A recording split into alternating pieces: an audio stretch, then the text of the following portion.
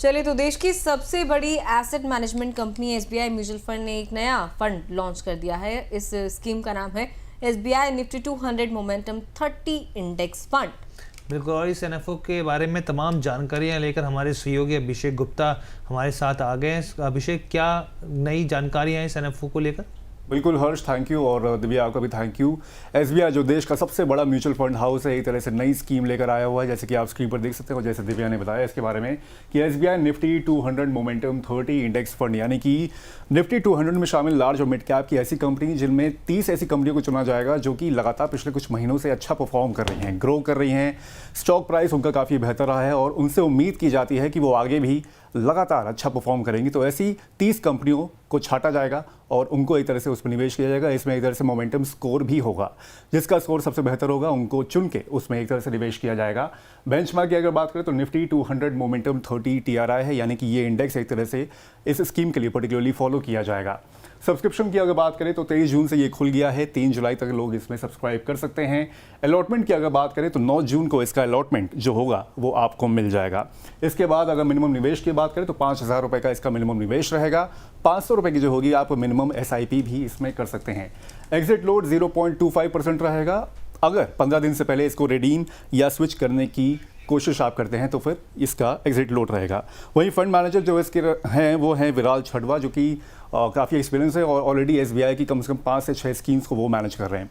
Peer comparison भी जरा आप कर लेते हैं, लेकिन ये बता दें आपको कि पिछले 1 से 4 साल में ही कुछ स्कीम्स खुली हैं, बहुत पुरानी स्कीम्स नहीं हैं और बहुत लिमिटेड स्कीम्स हैं। मिसाल के तौर पर UTI Nifty 200 momentum 30 index fund, ये 4 साल पुराना फंड है और करीब करीब इसने 20% का एनुअलाइज रिटर्न दिया है। इसके बाद है कोटक निफ्टी, जो कि 2 साल पुराना फंड है और 22% का इसने एनुअलाइज रिटर्न दिया है। मोतीलाल ओसवाल 3 साल पुराना है, करीब 14.5%। ICICI का सिमिलर फंड, ये भी 3 साल पुराना है और करीब 21% का इसने रिटर्न दिया है।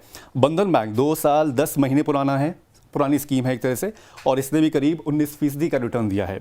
और लास्ट में है JFC, जो कि करीब 1.5 साल पुराना है और उसने करीब 4.5% का रिटर्न दिया है। तो लॉन्ग टर्म में अगर देखा जाए तो इस कैटेगरी की स्कीम्स ने करीब करीब 20% का एनुअलाइज रिटर्न दिया है और इस फहरिस्त में एक तरह से SBI की ये स्कीम भी अब शामिल हो जाएगी। तो ये है कंप्लीट इस NFO की पूरी जानकारी। बहुत ही शानदार विश्लेषण अभिषेक आपने किया है यहाँ पर। सर, आपसे समझना चाहूँगा यहाँ पर कि निफ्टी 200 मोमेंटम 30 इंडेक्स फंड ये काम किस तरीके से करते हैं और निवेशकों को इसको किस नज़रिए से यहाँ पर देखना चाहिए? देखिए, ये एक पैसिव फंड है। निफ्टी 200 मोमेंटम 30 इंडेक्स को ट्रैक करता है। उसका मेन एम उद्देश्य यही है कि आपको इंडेक्स से मिलता जुलता रिटर्न मिले और subject to definitely tracking error इसमें हमेशा देखा जाता है कोई भी इंडेक्स फंड में। इसकी मेथोडोलॉजी भी थोड़ी समझनी चाहिए, ये इंडेक्स कैसे काम करता है। निफ्टी 200 की 200 बड़ी कंपनियों में से 30 को वो चुनते हैं और उसका एक मोमेंटम स्कोर होता है, यानी रिसेंट 6 महीने में और 12 महीने का जो रिटर्न होता है वॉलेटिलिटी एडजस्ट करने के बाद जो होता है वो उससे उसका चयन होता है। फिर इन स्टॉक्स का वजन उनके नॉर्मलाइज्ड मोमेंटम स्कोर और फ्री फ्लोट मार्केट के आधार पर तय होता है, लेकिन कोई भी शेयर इंडेक्स में 5% से अधिक ज्यादा उसका एक्सपोजर नहीं ले सकता और इंडेक्स हर जून और दिसंबर में रीबैलेंस होता है।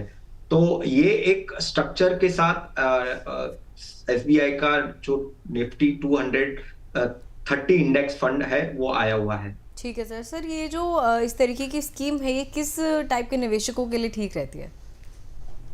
देखिए, हमेशा अगर हम देखें तो कोई भी नई स्ट्रेटेजी आती है जो हमेशा हम कहते हैं कि नॉर्मल स्ट्रेटेजीज जो होता है, यानी फ्लेक्सी कैप हो गया, मल्टी कैप हो गया, लार्ज एंड मिड कैप हो गया, जो आसानी से समझ में आता है, वैसे वाले कैटेगरी के जो निवेशक है ये ऐसे फंड से दूर रहना चाहिए। क्यों कहता हूं? क्योंकि ये जो फंड होता है वो बहुत ही हाई रिस्क हाई रिटर्न के पॉइंट ऑफ व्यू से चला आता है और मोमेंटम, नाम में ही मोमेंटम है, तो मोमेंटम यानी मार्केट का जब मार्केट का नीचे जाना होता है, जब मार्केट डाउन होता है तो इसमें रिटर्न्स की उम्मीद, या तो आप कह सकते हो कि डाउन साइड प्रोटेक्ट बहुत ही डिफिकल्ट होता है और बहुत ही नेगेटिव रिटर्न्स भी कुछ समय तक, शॉर्टर ड्यूरेशन तक निवेशकों को आ सकते हैं, वो बहुत ही ध्यान में रखना जरूरी है। हालांकि अगर आपका टेन्योर काफी लंबे तक का है 7 साल 10 साल, तो ऐसे कुछ डिफरेंट टाइप के जो फंड्स होते हैं, स्ट्रेटेजी होती है, उसमें आप 5% का एक्सपोजर या 10% का ज्यादा से ज्यादा एक्सपोजर ले सकते हैं, but high risk high return है।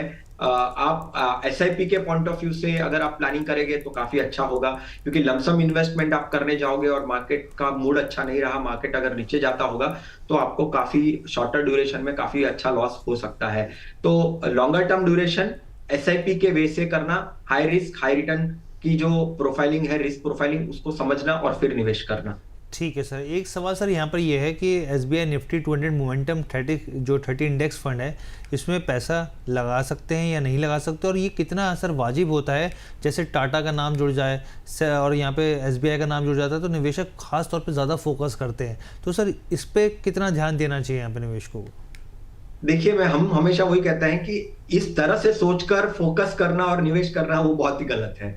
आपका तो पहले टाइम टेन्योर लॉन्गर टर्म का है कि नहीं है, आप हाई रिस्क हाई रिटर्न लेना चाहते हो कि नहीं है, क्योंकि हाई रिस्क और हाई रिटर्न पे फोकस करोगे तो गलती हो सकती है, बट हाई रिस्क और हाई रिटर्न दोनों को फोकस करोगे तो गलती नहीं हो सकती है, क्योंकि पहले से ही मैं एक्सपेक्टेशन मेरी सेट करके रखता हूं या कन्वे हो रही है कि भाई नहीं, आपको यहाँ पे रिस्क जो है वो हाई है। अगर आप लंबी अवधि तक रखोगे तो आपको कोई चिंता नहीं है, रिस्क कम होते जाएगा जितना आप टाइम उसको दोगे। SIP से इन्वेस्ट करोगे तो डेफिनेटली ये अच्छा है, कम से कम 7-10 साल तक का टाइम होराइजन इसको दोगे तो काफी अच्छे रिटर्न भी बन सकते हैं। ठीक है सर।